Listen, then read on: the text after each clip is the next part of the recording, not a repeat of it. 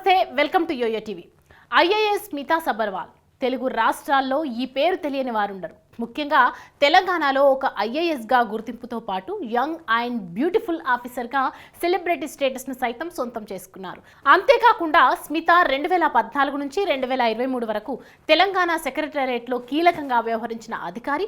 ముఖ్యంగా సీఎంఓ అధికారిగా, ముఖ్యమంత్రి సెక్రటరీగా, మిషన్ భగీరథ పథకానికి కీలక అధికారిగా ఆమె పనిచేశారు.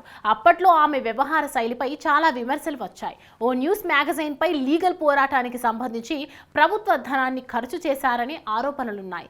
ఆమె కంటే ఎక్కువ సీనియారిటీ అధికారులు ఉన్నప్పటికీ స్మితకు కీలకమైన పోస్టులు ఇవ్వడం పట్ల గత ప్రభుత్వంపై తీవ్ర విమర్శలు వచ్చాయి.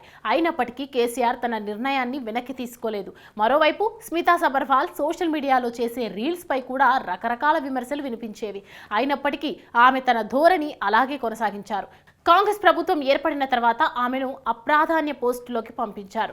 గత ప్రభుత్వ హయాంలో కీలకంగా ఉన్న ఆమెకు ఇప్పుడు పెద్దగా పని లేకుండా పోయిందనే వార్తలు వినిపిస్తున్నాయి.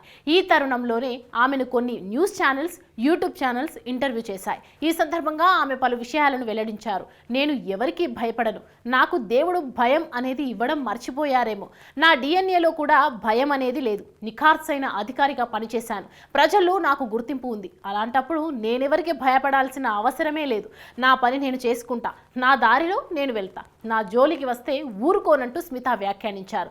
తనకు ఉన్న అర్హతల ఆధారంగానే బాధ్యతలు ఇచ్చారని, నేను ఎవరిని నాకు ఇది కావాలని అడగలేదని స్మిత స్పష్టం చేశారు. ఇక మంత్రిగా సీతక్క ప్రమాణ స్వీకారం చేసిన తర్వాత ఆమె ఎదురుగా కాలు మీద కాలు వేసుకుని కూర్చున్నారు ఎందుకు అనే ప్రశ్నకు స్మిత తనదైన శైలిలో సమాధానం చెప్పారు. నాకు 47 సంవత్సరాలు, భర్త, పిల్లలు ఉన్నారు. ఈ వయస్సులో కూడా నేను ఎలా కూర్చోవాలో ఒకరు చెబితే నేర్చుకోవాలా? ఆ స్టేజ్లో నేను లేను కదా, నా కాళ్ళ మీద నా కాలే వేసుకొని కూర్చున్నాను, ఇందులో తప్పే ఉంది? దీనిపై కూడా రాద్ధాంతం చేస్తే ఏం చేయాలో అర్థం కావడం లేదు.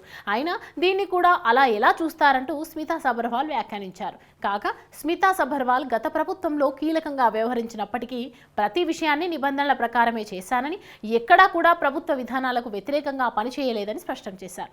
కాలు మీద కాలు వేసుకొని కూర్చోవడంపై స్మితా చేసిన వ్యాఖ్యలు ప్రస్తుతం సోషల్ మీడియాలో చర్చనీయాంశంగా మారాయి.